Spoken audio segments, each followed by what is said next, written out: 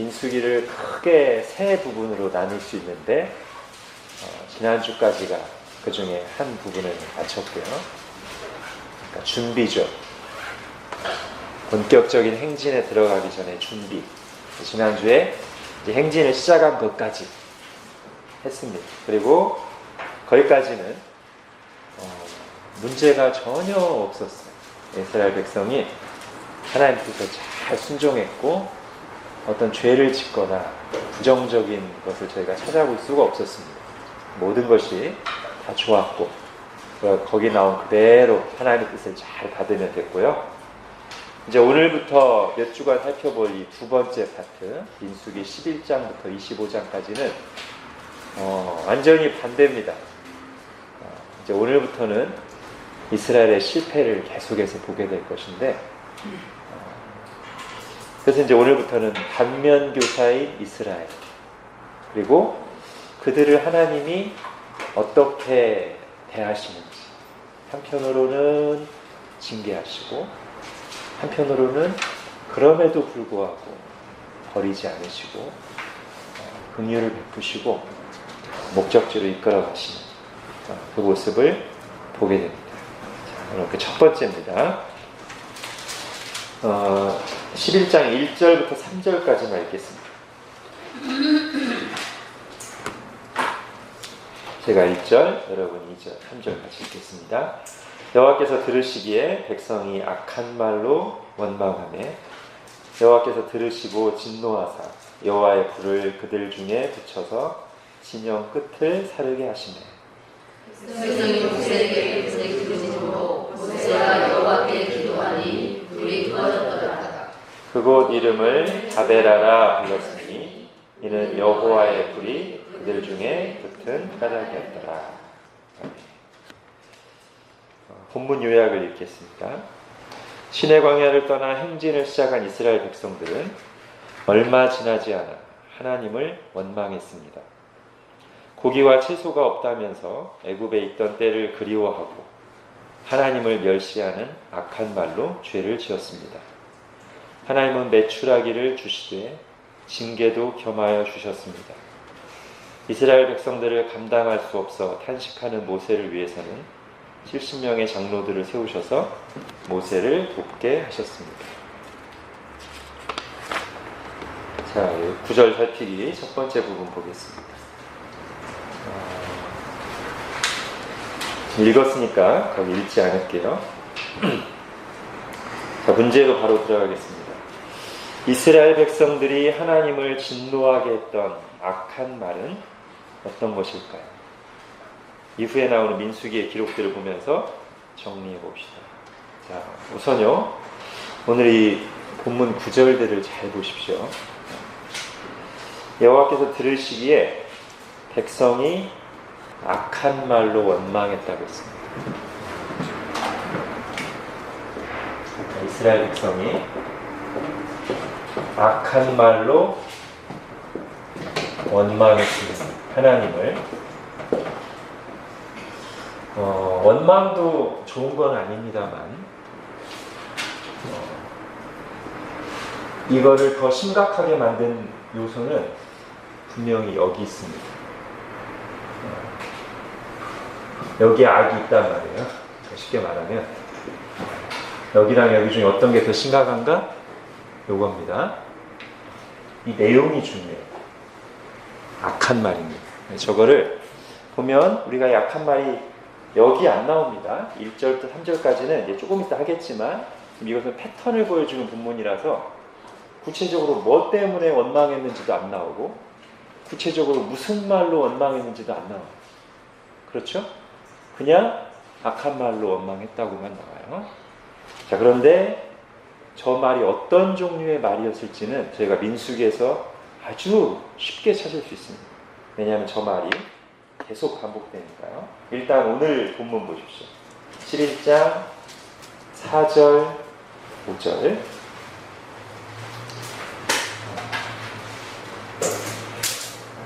그들 중에 섞여 사는 다른 인종들이 탐욕을 품음에 이스라엘 자손이 울며 이르되 누가 우리에게 고기를 주어 먹게 하랴. 그 다음 말입니다. 우리가 애굽에 있을 때는 값없이 생선과 오이와 참외와 부추와 파와 마늘을 먹은 것이 생각나거나. 이게 왜 심각한 말일까요? 자, 이 말을 여기 간단하게 나왔는데 하나님이 이 말을 하는 백성들의 마음을 어떻게 해석하셨냐면 20절 가보시죠.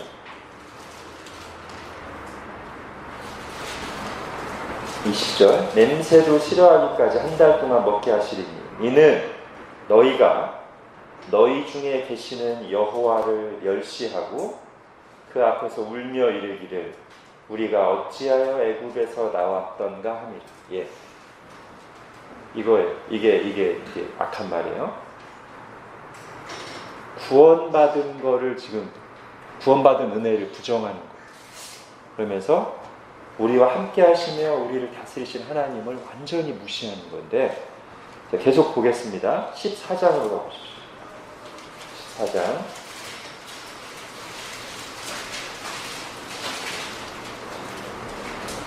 14장 2절 4절입니다. 같이 읽겠습니다. 시작. 이스라엘 자손이 다 모세와 아론을 원망하며 온 회중이 그들에게 이르되 우리가 애굽 땅에서 죽었거나 이 광야에서 죽었으면 좋았을 것을 어찌하여 여호와가 우리를 그 땅으로 인도하여 칼에 쓰러지게 하려 하는가. 우리 처자가 사로잡히니 애굽으로 돌아가는 것이 낫지 아니하랴. 이에 서로 말하되 우리가 한 주일간을 세우고 애굽으로 돌아가자. 예, 얘가 이제 절정인데 사실은 여기 보면 지금 반복해서 나오는 말이 뭐죠? 애굽. 예, 애굽. 왜 애굽에서 우리를 건져내는가? 애굽에서 죽는 게 낫다. 애굽으로 돌아가자. 애굽에 갈 지휘관을 세우자. 예. 애굽으로 돌아간다는 게 무슨 뜻이죠? 하나님의 구원을 근본적으로 부정하는 행동입니다. 이 사람들이 구원받는 게 뭐냐면 10계명에 보면 나는 너를 애굽 땅 종되었던 집에서 인도하여 낸 내 하나님 여호와잖아요. 근데 지금 계속해서 이스라엘 하는 말은 뭐냐면 왜 애굽에서 구원해내? 애굽으로 가자. 애굽 때가 더 좋아. 구원을 부정하는 말이에요. 자, 16장 가보겠습니다.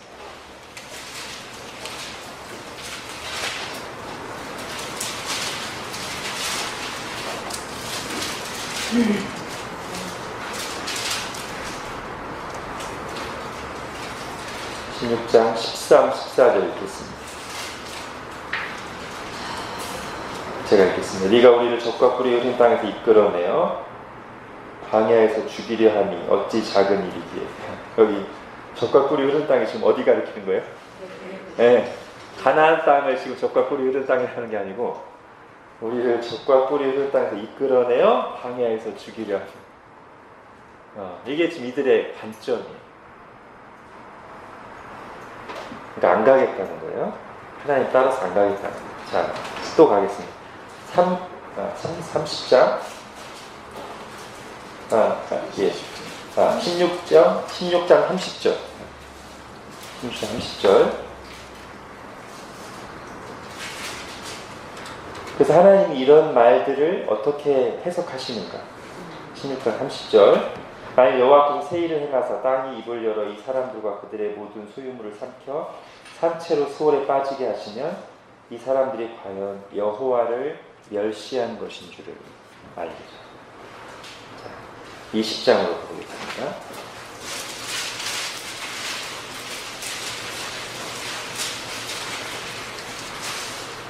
(20장) 3절부터 5절 같이 읽겠습니다. 시작. 백성이 모세와 다투어 말하이르되 우리 형제들이 여호와 앞에서 죽을 때 우리도 죽었더라면 좋을 뻔하였도다. 너희가 어찌하여 여호와의 표중을 이 광야로 인도하여 우리와 우리 짐승이 다 여기서 죽게 하느냐. 너희가 어찌하여 우리를 애굽에서 나오게 하여 이 나쁜 곳으로 인도하여 하느냐. 이곳에는 파종할 곳이 없고 무화과도 없고 포도도 없고 성류도 없고 마실 물도 없도다. 예. 마지막으로 하나만 더 보겠습니다. 21장 5절입니다.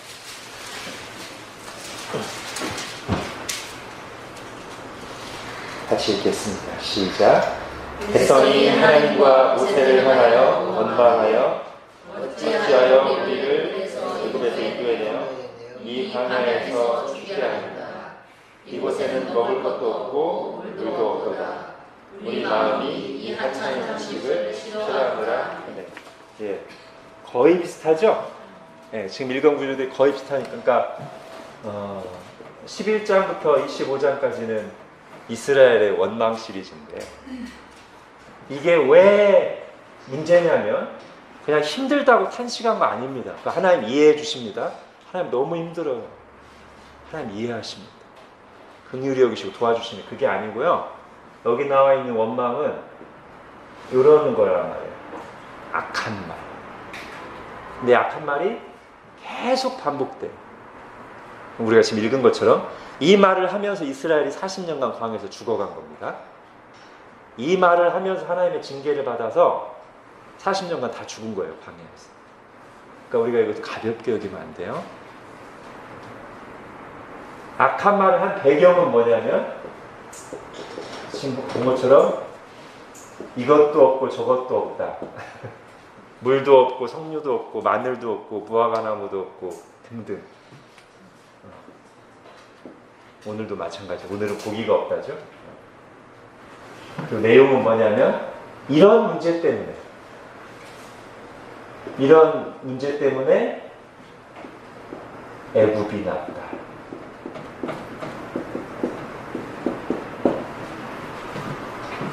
왜 애굽에서 구원했냐?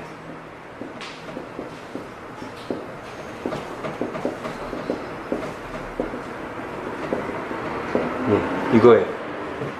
이게 40년간 이스라엘 백성들이 지은 죄고, 광야에서 이들이 광야에서 징계받아서 다 죽을 수밖에 없었던, 약속의 땅인 가나안 땅에 들어갈 수 없었던 이유입니다. 이게 구원을 부정한. 그리고 이걸 하나님 어떻게 받아들이세요? 하나님을 멸시하는 걸로 받아들이세요.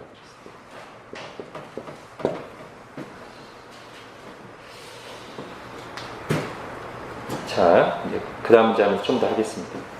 이걸 좀 이따 더 할 거기 때문에요.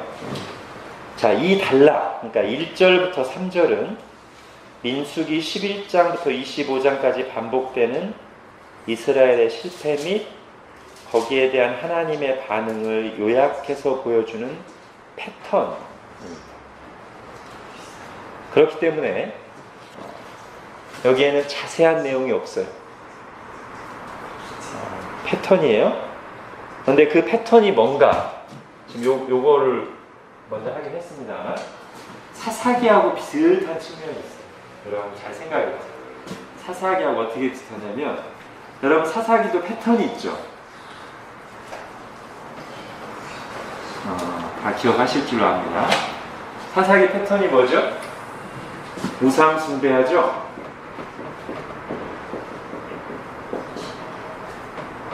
그 다음에 그럼 하나님이 징계를 내리세요. 외적을 보내셔서 그들을 압제하게 하시죠. 그 다음에는요,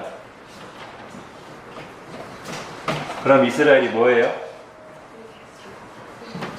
이렇게 압제를 당하면, 징계받으면 부르짖어요. 그러면 하나님 어떻게 하세요? 사사를 통해서 구원하시죠. 자, 이게 사사기의 패턴입니다. 이렇게 된 다음에 끝나는 게 아니고 다시 열고, 좀 살만하면 또 우상숭배. 마치 하나님이 자기들 구원해 주신 게 아니고 우상이 자기들 먹고 살리는 것처럼 계속 하다가 하나님 참고 참다가 징계를 내리세요. 또 하나님께 살려달라고 부르시죠. 그럼 사사를 보내요. 이게 사사시대 내내 반복됐던 건데, 자, 이게 사사기, 민수기. 민수기는 뭐예요? 원망. 악한 말로. 그럼 하나님이 징계를 내리세요. 근데 사사기에서는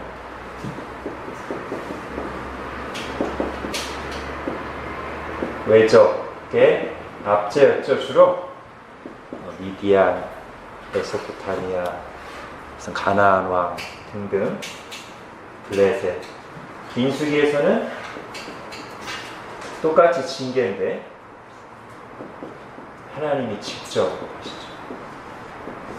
주로 재앙을 내리시는 분. 자, 세 번째 단계도 똑같아요. 그러면 이스라엘 백성이 뭐 하냐면 부르짖어요. 근데 사사기에서는 이렇게 합시다. 사사기에서는 그냥 하나님께 부르짖었다고 나와요. 민수기에서는 주로 모세에게.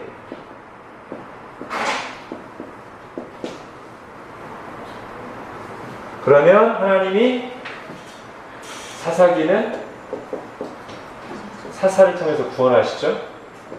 민수기는 모세의 중보를 들으시고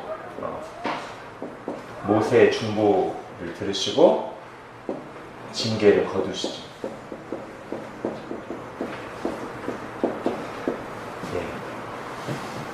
이게 반복돼요. 그래서 사사기도 보면 이 온니엘부터 사사 온니엘부터 시작해서 본격적인 이 반복되는 이야기 들어가기 전에 3장에 이 얘기 들어가기 전에 2장에 이런 패턴에 대해서 한번 쭉 설명을 해요. 구체적인 사건 말고 그냥 이런 패턴으로 이스라엘이 점점 추락해 갔다 하는 걸 설명하고 3장부터 온니엘 들어가거든요. 근데 민수기도 약간 그런 느낌.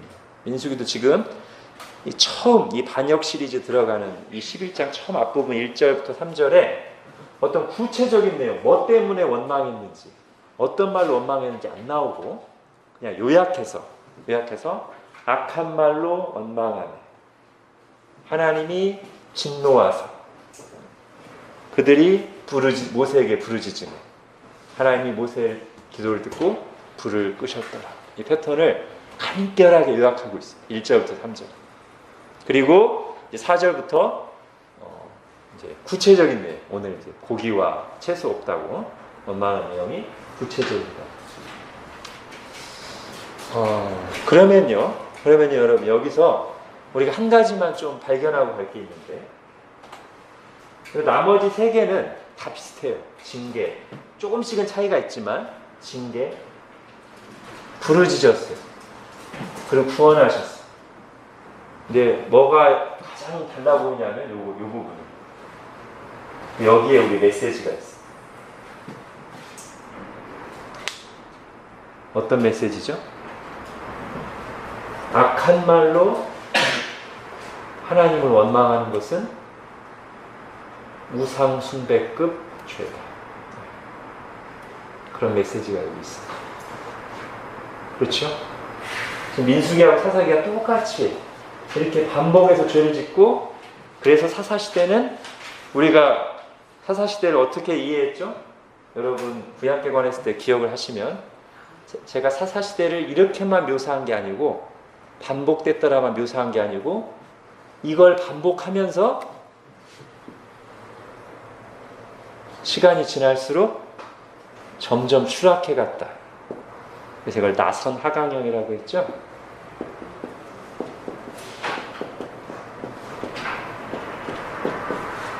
그래서 사사시대는 가장 암울한 시대였다. 이걸 반복하면 이렇게 됩니다. 그러니까 우리가 오늘 좀 진지하게 봐야 될 건 뭐냐면 그냥 이거 보고 아이고 이 모습이 내 모습인데 하고 가볍게 여기면 안 돼요. 이건 심각한 반면교사란 말이에요. 우리가 지금 이거 내 모습인데 그러면 나도 망한다는 거예요. 사사시대 백성처럼 시간이 갈수록 영적으로 추락해가고, 민수기 백성들은 어떻게 됐어요? 이걸 반복하던 민수기 백성들은 약속의 땅에 들어갈 쯤부터 가나안에서 다 죽었어요. 근데 우리가 이 모습을 보면서 아이고 이게 내 모습인데 하고 가벼이 알고 있으면 큰일 나요. 이건 작은 죄가 아닙니다. 우상숭배. 끊임없이 하나님을 무시하고 하나님과 다른 걸 양다리를 옮기는 우상숭배와 악한 말로 하나님을 인정하지 않는 구원의 은혜를 가볍게 여기거나 부정하는 그런 종류의 원망은 심각하죠.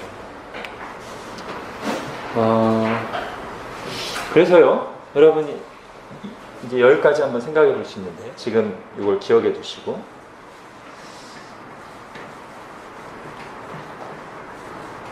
지금 이 민수기에 나오는 또는 사사기의 이스라엘 백성들은 우리가 절대 닮아서는 안 될 반면교사라는 걸 제가 다시 한번 말씀드립니다.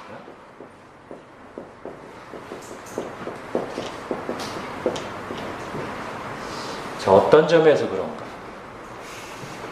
한번 이렇게 생각해 보십시오.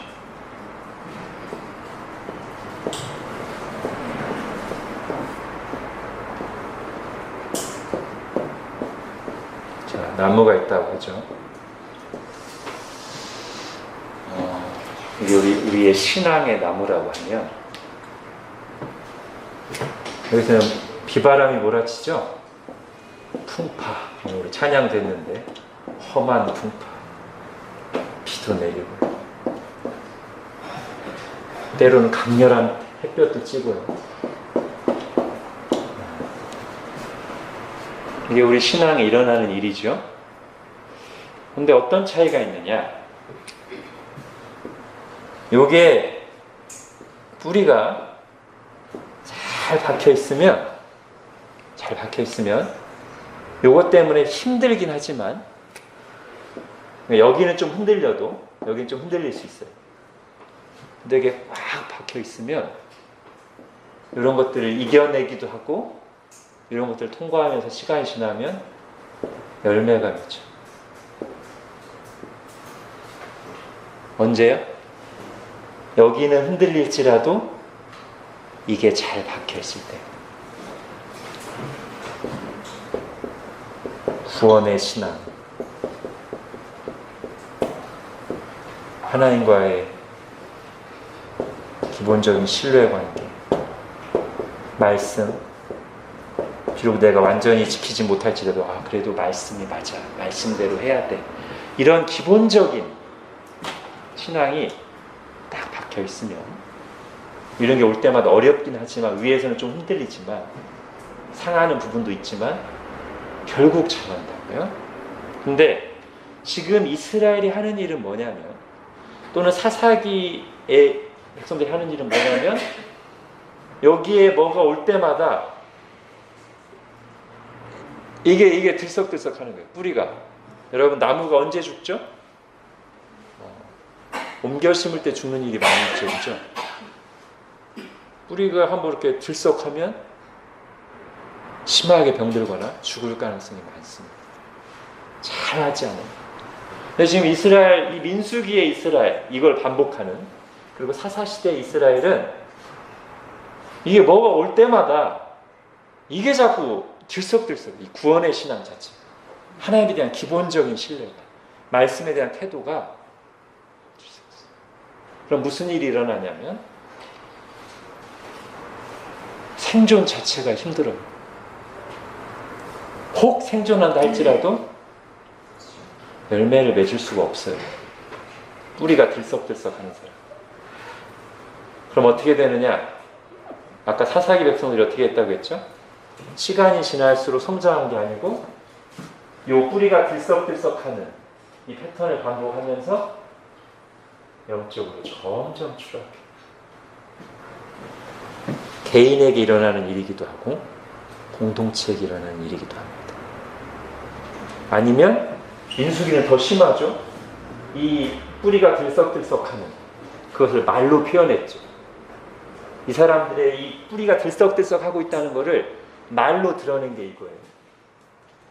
그러면서 이걸 반복하면서 이것에 대한 진지한 회개와 돌이킴이 없이 반복하면서 다 죽었습니다. 광야에서.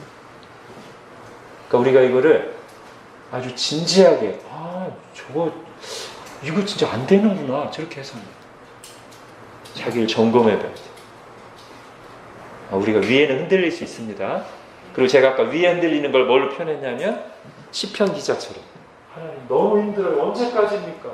저 죽겠어요. 하나님, 이게 위에가 흔들리는 건데 그럼 하나님이 긍휼히 여기시죠. 이해하시고 도와주시죠. 근데 지금 이스라엘처럼 왜 우리를 애굽에서 구원해내가지고 내가 하나님 믿는다고 잘 된 게 뭐가 있어? 차라리 세상이 낫건데. 이런 식의 하나님 말씀 이론이죠. 말씀에 대한 기본적인 태도가 이러면 시간이 지나 영적으로 성장하는 게 아니고 겨우 교회에 붙어 있거나 아니면 영적인 열매를 맺을 수가 없어요. 그래서 우리가 이거를 진지하게 봐야 됩니다. 근데 지금 약간 무거운 주제이긴 하지만 어쩔 수 없습니다. 민수기 11장부터 25장까지 이스라엘에게 일어난 일이 이거거든요. 우리가 그걸 패턴으로 보여주는 게 지금 1절부터 3절이어서 제가 서론격으로 좀 이렇게 짧은 절이지만 이만큼 하고 갔습니다. 구원의 신앙에 우리가 붙어 있으면 위에가 좀 흔들려도 하나님이 도와주시고 성장할 수 있습니다. 자, 이제 4절부터. 자, 이런 패턴으로, 물론 이제 1절부터 3절도 구체적인 이 바베라라는 이름이 나왔기 때문에 이것도 그냥 패턴만 설명한 게 아니라 어떤 사건이 분명히 있었어요. 더 이상 자세한 설명이 없습니다. 그리고 여기 나와 있는 이 패턴을 설명하는 곳에서 여호와의 불을 그들 중에 붙여서 이 말이 좀 실제 일어난 사건인 동시에 이 패턴을 보여주는 본문에 가장 적합한 묘사 같아요. 여호와의 불, 하나님의 불같은 진노를 보여주는 묘사라고 할 수 있으니까요, 그죠? 자, 이제 4절부터 이제 본격적인 이제 저 패턴 사건을 보겠습니다. 거기 다시 볼게요. 교재 4절 5절인데 제가 잘못 썼습니다. 그들 중에 섞여 사는 다른 인종들이 탐욕을 품으며 이스라엘 자신도 다시 울며 이르되 누가 우리에게 고기를 주어 먹게 하랴. 우리가 애굽에 있을 때에는 값없이 생선과 오이와 참외와 부추와 파와 마늘들을 먹은 것이 생각나거늘 백성의 온 종족들이 각기 자기 장막문에서 우는 것을 모세가 들으니라. 여호와의 진노가 심히 크고 모세도 기뻐하지 않아. 예, 우상 숭배를 바라보는 하나님처럼 이 말을 들었을 때, 이런 태도를 보셨을 때 하나님이 진노가 심히 컸습니다. 자, 그러면 우리가 지금 일단 이렇게 전체적인 패턴을 한번 보긴 했지만 이제 이 구절을 또 자세히 보겠습니다. 여기 지금 이스라엘 백성들의 하는 말을 한번 보십시오. 여기서 우리가 좀 생각할 것들이 있는데 제가 좀 몇 군데에는 두꺼운 글씨로 표시도 해놨죠. 우선 이들의 문제가 있는데 여러분 한번 창세기 3장이랑 비교해보세요. 이거랑 저는 비슷하다고 봐요. 창세기 3장에서 뱀이 여자를 유혹하죠. 그때 여자가 뱀의 유혹을 받고 대답을 하는데 그 대답하는 그 내용을 보면 하나님 말씀과 비슷하게 얘기하는 것 같지만 약간의 왜곡과 과장이 들어가 있어요. 그리고 거기에 그 말에 그 하나님 말씀을 왜곡하고 과장하는 그 말 속에 하나님에 대한 불만, 부정적인 생각, 그리고 탐욕의 씨가 확 자라고 있는 건데 그 중에 뭐가 있죠? 뱀이 와서 하나님이 동산 모든 나무 열매를 먹지 말라 하시더냐? 그러니까 여자가 이렇게 대답합니다. 먹을 수는 있는데 이미 여러분 많이 아실 거예요. 먹을 수는 있는데 이 말에 문제가 있나요, 없나요? 있습니다. 하나님 이렇게 말씀하지 않으셨습니다. 동산 모든 나무의 실과를 네가 마음껏 먹되었어. 그죠? 홍산 각종 나무의 실과 네가 임의로 먹되는데 제가 풀어서 한 겁니다. 모든 나무의 열매를 네가 마음껏 먹되. 근데 여자가 이렇게 얘기했어요. 틀린 말은 아니지만 뉘앙스가 너무 달라요. 먹을 수는 있는데 하나님이 주신 건 그 다음에요. 동산 중앙에 있는 나무는 먹지도 만지지도. 하나님은 이 말을 안 하셨어요. 그러니까 이 말 속에 지금 여자의 마음이 담겨 있고 결국 이게 무서운 죄로 가는데, 지금 여러분 여기 보십시오. 지금 이 4절 5절에 나온 이 이스라엘의 말이 이거랑 상당히 비슷한 점이 있습니다. 제가 두꺼운 글씨를 해놓은 걸 일단 보십시오. 애굽에 있을 때는 값없이, 오이? 이거 사실입니까? 애굽에서 이 사람들이 값없이 누렸어요?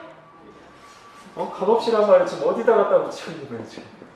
값없이 은혜로 구원을 받았다고 붙이면 참 좋겠는데, 애굽에서 우리가 값없이 누렸는데 무슨 노예 생활에서 너무 힘들어서 부르짖고 하나님께 살려달라고 해서 하나님이 살려줬더니만, 그리고 노예가 먹으면 얼마나 잘 먹었겠어요. 근데 애굽에서는 값없이 세상에 있는 게 다 좋아 보이는, 세상에서 있던 시간이 너무 자유로웠고 그립고. 자, 그 다음에 또 보세요. 제가 이제 두꺼운 글자 안 썼지만, 생선과 오이와 참외와 부추와 파와 마늘들을 먹은 것입니다. 와, 애굽에서 먹은 걸 생각할 때는 이렇게도 자세하고 구체적으로 열거해요. 하나님 은혜를 이렇게 열거한다면 얼마나 좋을까요? 내가 하나님께 이런 은혜도 받았고 이런 은혜도 받았고 이런 은혜도 받았고 하면 얼마나 좋을 텐데, 지금 하나님이 주신 이 모든 은혜, 아침에도 만나를 먹었고 홍해를 가르고 10가지 재앙을 구원하셨고 6월절 은혜를 베푸셨고 불기둥과 구름기둥으로 인도하시고 반석에서 물이 나게 하시고 한마디도 없어요. 근데 이거는 이렇게 자세히 얘기해요. 생선과 오이와 참외와 부추와 파와 마늘을 애굽에서 먹었다는 여러분, 이 두 가지가 하나님께 향한다면 얼마나 좋을까요? 값없이 하나님의 은혜로 구원을 받았다. 할렐루야로 가면 얼마나 좋고, 여기 나온 이 몇 개요? 하나, 둘, 셋, 넷, 다섯에서 이 6개만 좀 제대로 하나님의 은혜를 기억하고 얘기해도 얼마나 좋겠어요. 여기서 말하려는 건 뭐냐면, 이 여자하고 비슷하게 마음속에 하나님 주신 에덴 동산, 거기서 누리는 자유, 그냥 감사 하나도 없고 불만, 하나님께 대한 부정적인 생각, 하나님이 못하게 한 것에 대한 분노. 민수기 백성, 요 말로 표현된 민수기 백성들의 내면의 상태, 영적 상태, 왜곡과 과장, 사실 왜곡, 과장. 여기 뭐가 있어요? 이미 마음속에 하나님께 대한 불만. 자, 그리고 잘 보면 이 사람들의 이 행동은 이렇게 표현할 수 있지 않을까요? 배은 망덕? 이 속담이 참 적절한 것 같습니다. 물에서 건져내었더니 보따리 달라고 한다. 감사해야 되는데, 이 사람들은 지금 400년간의 노예 생활에서 값없이 해방돼서 매일매일씩 만나를 먹고 하나님의 보호를 받으면서 젖과 꿀이 흐르는 가나안 땅을 향하고 있어요. 지금 이 사람들은. 근데 그 은혜는 어디에 가고? 고기 안 준다고 구원의 은혜까지 부정하고 있습니다. 말 그대로 물에서 건져내었더니 보따리 달라. 자, 그리고 저는 또 한 가지를 보는데요. 아마 이 말이 좀 적절하지 않을까 싶습니다. 지금 이스라엘의 상태를 묘사하는 말로 이 말이 상당히 적절하다고 노예에게서. 이 사람들이 실제로 노예였었죠. 여러분, 노예와 자유인 어떤 차이가 있을까요? 노예는 어떤 그 공동체에 대한 정체성이나 비전을 공유하지 못합니다. 그렇죠? 노예로 있는 사람은 일을 열심히 하든 안 하든 간에 자기가 속한 공동체 또는 자기가 하는 일에 대한 정체성과 비전을 공유하지 않아요. 그냥 이 사람들은 늘 반복되는 루틴 속에서 그냥 편하고 잘 먹는 거에만 집중돼 있어요. 우리가 지금 어디로 가야 되고 내가 누구고 뭘 해야 되고 이런 거에 대한 책임의식, 어떤 비전 이런 게 없어요. 그러다 보니까 이 사람들이 첨예하게 관심을 갖는 거 뭐냐면 오늘 먹을 거 주나 안 주나 오늘 일이 편한가 안 편한가 이게 관심이지 우리가 지금 뭘 해야 되는가 하나님의 뜻은 뭔가 내가 어떻게 살아야 되는가 그거에는 관심이 없단 말이죠. 근데 지금 이스라엘 백성들이 애굽에서 그렇게 살아서 그런지 1년간 하나님이 시내산에 머물면서 언약을 맺고 율법을 주시고 성막을 만들고 하나님 백성답게 하려고 많은 노력을 기울이셨고 그 전에는 10가지 재앙과 홍해를 가르며 하나님의 어떤 분이신지 놀라운 권능을 보여주셨고 모세를 통해서 여러 번에 걸쳐서 이 사람들이 누구고 하나님 백성이고 어디를 향해서 가야 되는지 말씀하셨지만 이 사람들의 관심은 고기가 없는 거예요. 고기가 없는 게 중요해요. 이 사람들은요 지금 하나님 백성으로서의 어떤 정체성 거룩한 사명 중요하지 않아요. 고기 없는 게 중요해요. 파와 마늘이 없는 게 중요해요. 길이 험한 게 중요해요. 이 사람들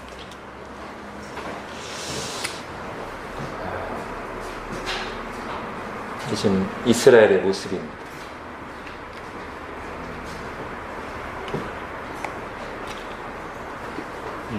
어떻게 했어야 되죠? 이제 이 말을 하면서 잠깐 말하긴 했습니다만 이게 잘못됐다고만 하고 있지 말고 그럼 어떻게 해야 돼요? 이 상황에서 고기가 없는 상황에서 어떻게 해야 돼요?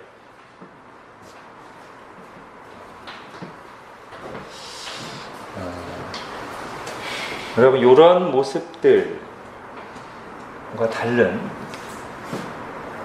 가장 중요한 특징 중에 하나가 이겁니다.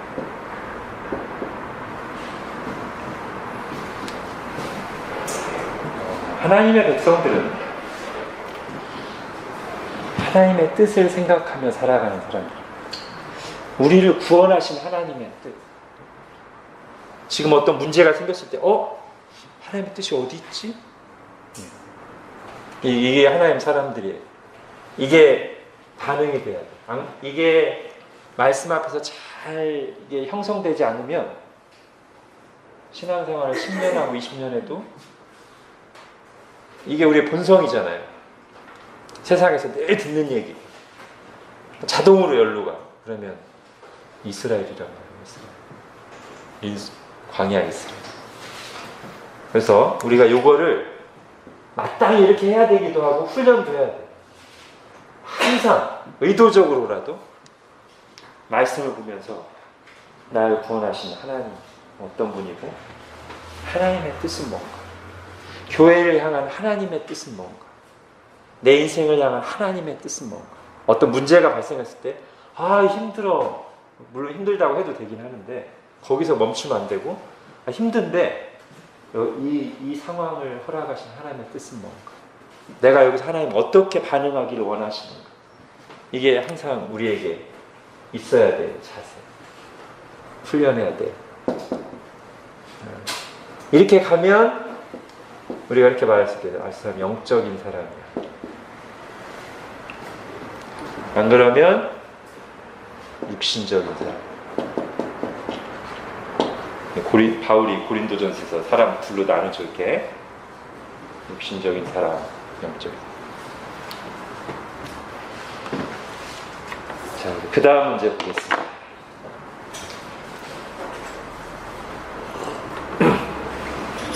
자, 이스라엘 백성들이 악한 말로 울며 원망하기까지의 과정을 생각해 보십시오. 누가 누구에게 영향을 미쳤습니까? 영적으로 건강하고 성숙해가는 공동체와 점점 부패하고 쇠락해가는 공동체에서 영향을 미치는 방향이 어떻게 다를지 생각해 보십시오. 자, 다시 4절 5절 한번 보십시오. 이 구절을 유심히 보셔야 되는데, 자, 4절 5절에 보면 지금 이 문제에 대한 흐름이 나옵니다.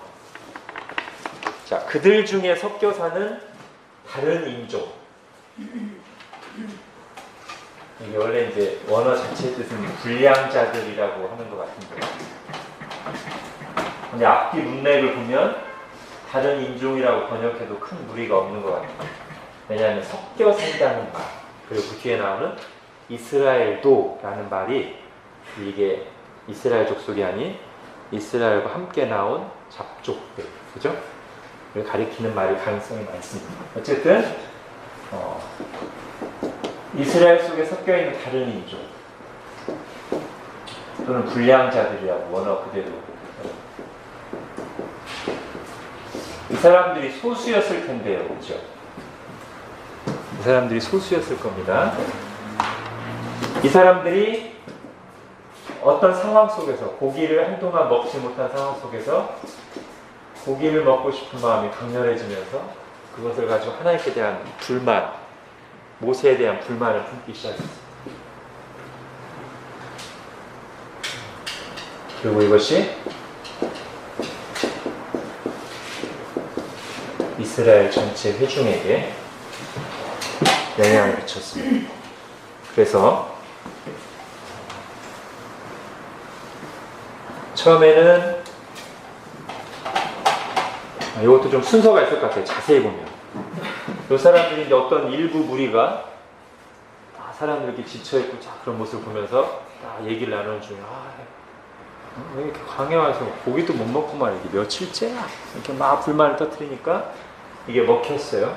그 자리에 있던 이스라엘 사람들에게. 이 사람들이 아마도 집에 가서 그런 얘기들을 또 하지 않았을까. 자, 그래서 10절에 보십시오. 백성의 온 종족들이 자기 장막물에서 우는 것을. 거기 지금 한 200만 되는 이스라엘 백성들이 수많은 장막들을 다 이렇게 펼쳐놓고 진을 형성하고 있는데, 어느 한 곳에서 일어난 이 불량자들이 일으킨 이 탐욕스러운 악한 말이 점점 번져서 집집마다 다 퍼져서 이제 모든 이스라엘 사람들, 얼마나 소리가 컸을까요? 여기 나온 그대로라고 하면 온 종족들이 각기 자기 장막문에서, 나중에 보면 이제 모세가 이 모습을 질려버리는데, 여러분 이 방향으로 흘렀다는 걸 우리가 한번 봅시다. 이게 전체가 사실은 지금 광야 이스라엘 공동체인데, 어떤 소수가 인간적인 말을 했어요. 신앙에 맞지 않는 악한 말을 했는데, 그게 작은 누룩이 온 떡을 물들이는 것처럼 이스라엘 전 회중을 죄의 분위기로 휩싸이게 만들었습니다. 처음 이 얘기가 나왔을 때 이스라엘 가운데 깨어있는 사람들이 잘 차단했더라고요. 더 나아가서 이 중에 있는 성숙한 사람들이 오히려 이들에게 믿음의 말로 감화를 줬더라. 얼마나 좋았을까요? 그럼 오늘 이 11장에 나온 것 같은 이런 불상사, 이런 비극적인 일이 일어나지 않았을 텐데, 안타깝게도 이 소수의 불량한 자들에 대한 탐욕에서 나온 인간적인 말이 공동체 전체를 물들였습니다. 그래서 제가 지금 문제를 여기다 한 것은 영적으로 건강하고 성숙한 공동체와 점점 부패하고 쇠락해가는 공동체에서 영향을 미치는 방향. 어떻게 돼야 되겠어요? 네, 이렇게 돼야 되겠죠, 그렇죠? 여기는 좀 이제 심각한 악인들이 있긴 합니다만, 공동체 안에는, 우리 교회 공동체 안에는 꼭 뭐 악인이 있다기보다 연약한 사람도 있고 초신자도 있고, 잘 하다가도 잠깐 좀 이렇게 영적으로 침체되어 있거나 그럴 때 있죠. 근데 무조건 막 칼로 자르듯이 그건 안 돼! 한다는 게 아니고, 이쪽에서 그들을 잘 품으면서도 감화를 주고 도전을 줘서 공동체의 기본적인 방향이 이쪽에서 이쪽으로 영향을 끼치는 쪽으로 가면 얼마나 그 공동체는 아름답고 비전이 있겠어요, 그죠? 그게 아니고 항상 막 불안해가지고 몇 사람만 조금 막 힘든 얘기하면 그냥 공동체 전체가 분위기가 싸해지고, 응? 그러면 참 안타까운 공동체죠, 그죠? 광야 이스라엘은 안타까운 공동체죠. 초대교회 같은 데 보면 바울이나 몇몇 사람들, 그들이 가는 곳마다 이 반대역가 일어났죠. 이 예루살렘의 아주 소수의 사람들이 박해를 받아서 민들레 홀씨처럼 온 유대와 사마리아와 이방 땅으로 막 터지면 거기에서 또 엄청난 영향력을 미쳐서 안디옥에서는 그리스도인이라는 이름도 얻게 되고 여기저기서 좋은 열매를 맺었다는 거죠. 우리 항상 이렇게 되기를 좀 기도하고 나아가면 좋겠습니다. 그죠? 영향을 주는 방향.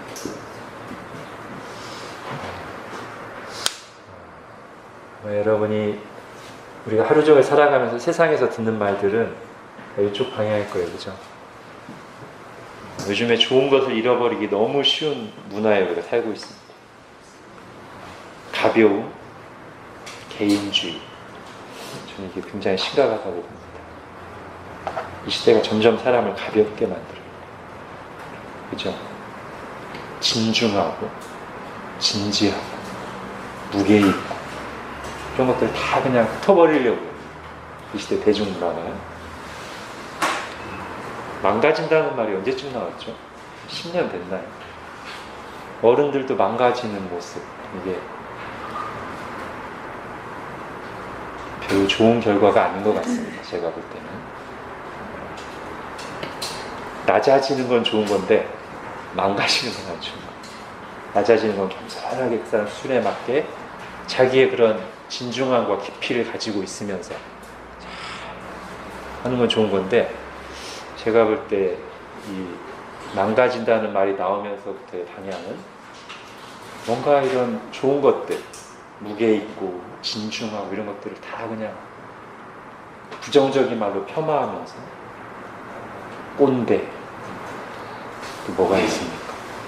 고리타분 이런 거 다 폄하해서, 그러다 보니까 누가 더 좋은 사람으로 평가받냐면 망가지는 리더들, 가볍게 행동하는 것들이 좋게 평가받고 진중한 것들은 오히려 부정적이고 재미없고 꼰대고 이렇게 평가받는데, 이거는 저는 좋은 문화 흐름이 아닙니다. 저는 우리 교회는 그러지 않았으면 좋겠습니다.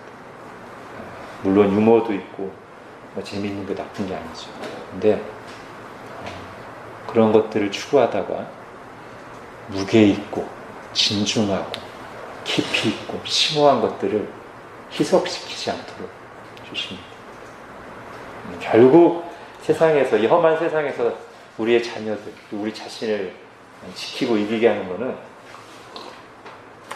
잠깐의 자극을 주는 개그와 재미있는 게 아닙니다.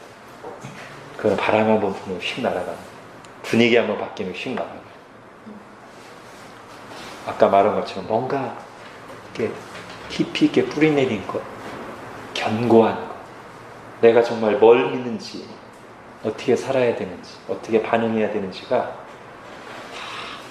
확실하게 형성된 그게 우리를 이 혼란스러운 세상에서 지켜주고 우리 자녀들을 지켜줍니다.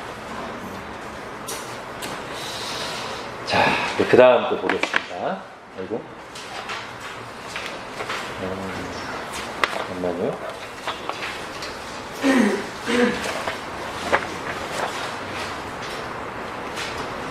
예, 일단 그 다음까지 하겠습니다. 다는 못할 것 같고요. 자, 11장 14절부터 보면, 아니죠. 11절부터 보면,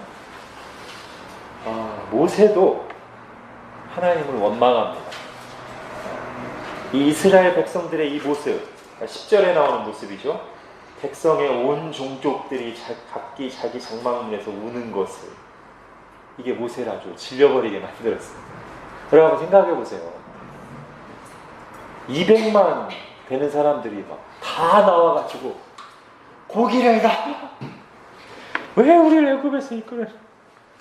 아마 진짜 쓰러지지 않은 게 다행일 겁니다. 이때 받는 리더로서의 스트레스와 절망감과 고통은 말할 수가 없었을 거예요. 그래서 모세가 너무 힘드니까 11절부터 하나님한테 막 쏟아놔요. 왜 나한테 이런 짐을 맡기셨습니까? 저 못하겠습니다. 나 혼자는 감당할 수 없습니다. 이 백성들을. 자, 그랬더니 하나님이 이제 70명의 장로들을 세워주시겠다고 하시죠. 자, 여기서 한번 비교를 해보고 가겠습니다. 이스라엘 백성들이 집단적으로 원망하며 우는 모습에 마음이 상한 모세도 하나님 앞에 힘든 마음과 탄식을 쏟아놓습니다. 이때 모세의 행동을 어떻게 보아야 할까요? 하나님께서는 모세를 어떻게 대하셨습니까? 여러분 사실 이 12절부터 15절까지 보면요, 모세가 원망하는 이 말 표현도 좀 셉니다. 11절 보세요. 어찌하여 주께서 종을 괴롭게 하시나이까? 어찌하여 은혜를 입게 아니하시고 짐을 지게 하시나이까? 15절에 주께서 내게 이같이 행하시는데 구하옵나니 내게 은혜를 베풀어 즉시 나를 죽여 내가 고난당하고 내가 보지 않게 하여 주옵소서. 여러분 모세도 지금 하나님께서 자기에게 맡겨주신 이 귀한 사역을 왜 나한테 고통을 맡기셨습니까? 저 못해 먹겠습니다. 차라리 죽여주십시오. 이 정도로 심하게 얘기했습니다. 여기 어떻게 봐야 돼요? 여러분 성경에서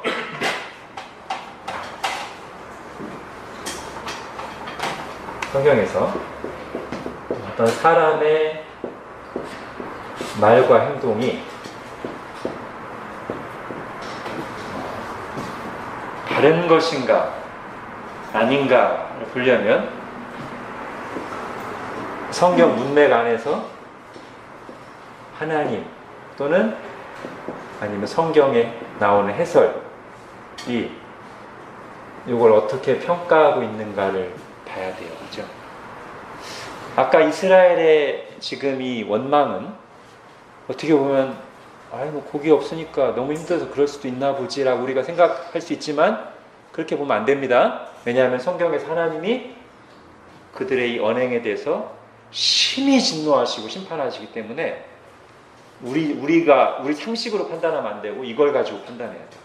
지금 이 이스라엘의 행동은 심히 죄악된 너무나 악한 행동이라는 거예요. 반면에 모세의 이 말과 행동에 대해서는 하나님 어떻게 하시죠?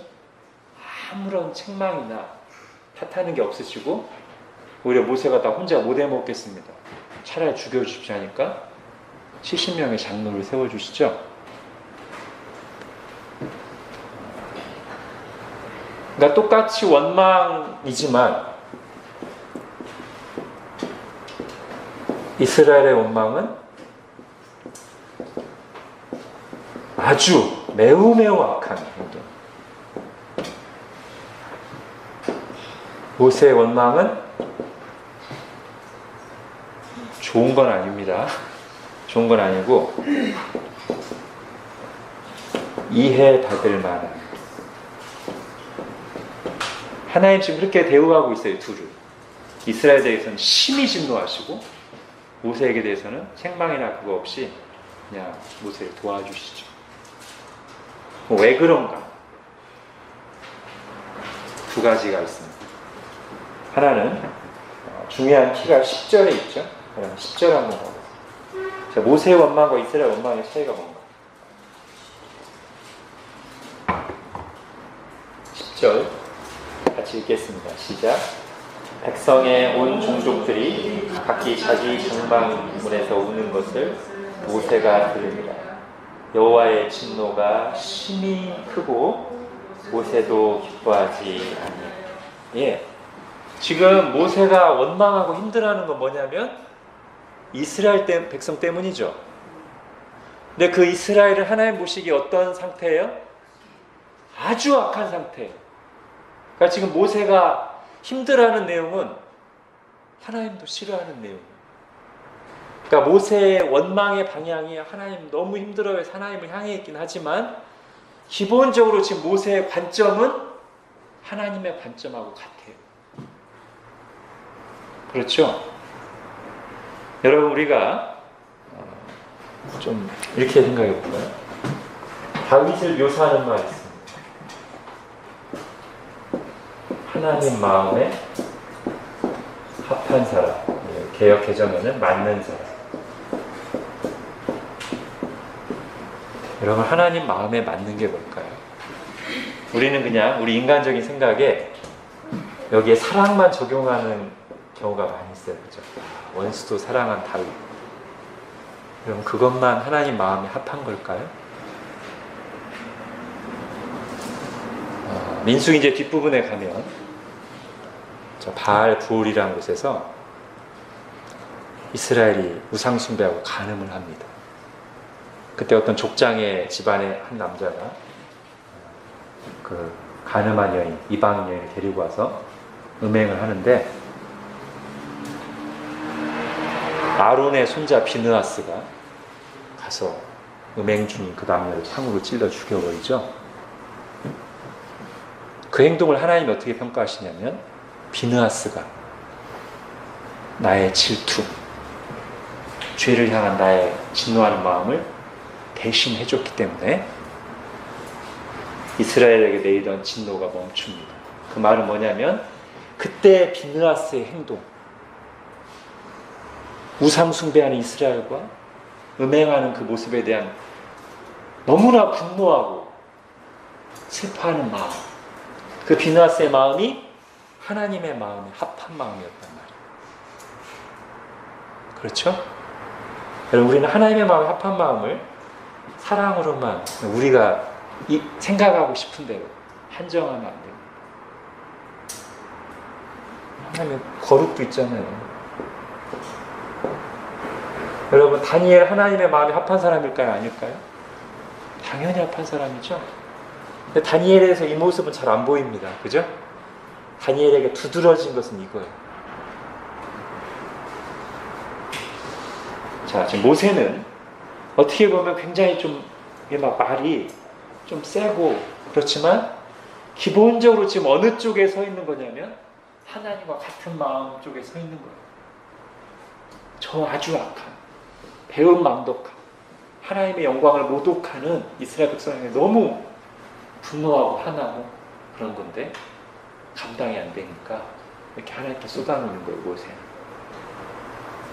여러분, 사실은 출애굽기와 민수기를 잘 보면 하나님이 더 진노하시고 모세가 중간에서 말린 적이 몇 번 나옵니다.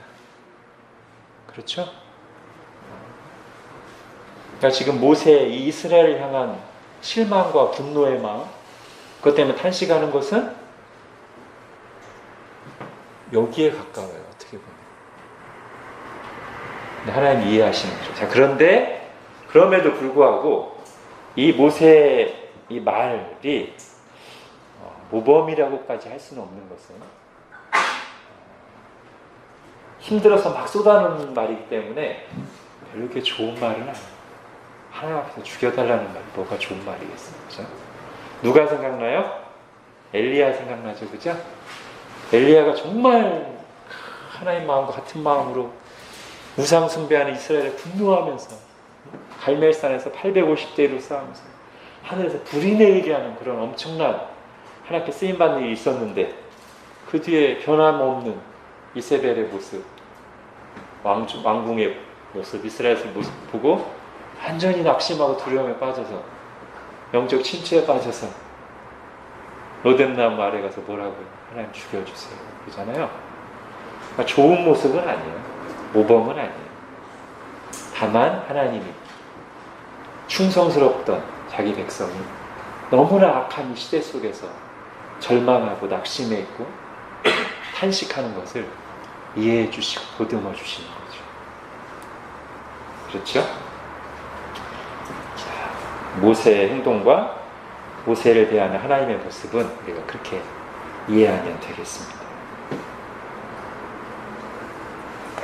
여러분, 이 모세 얘기와 아까 이스라엘 얘기를 다시 한번 나무를 생각하면서 잘 정리하시기 바랍니다. 모세는 지금 여기가 흔들리는 거예요. 이거는 분명합니다.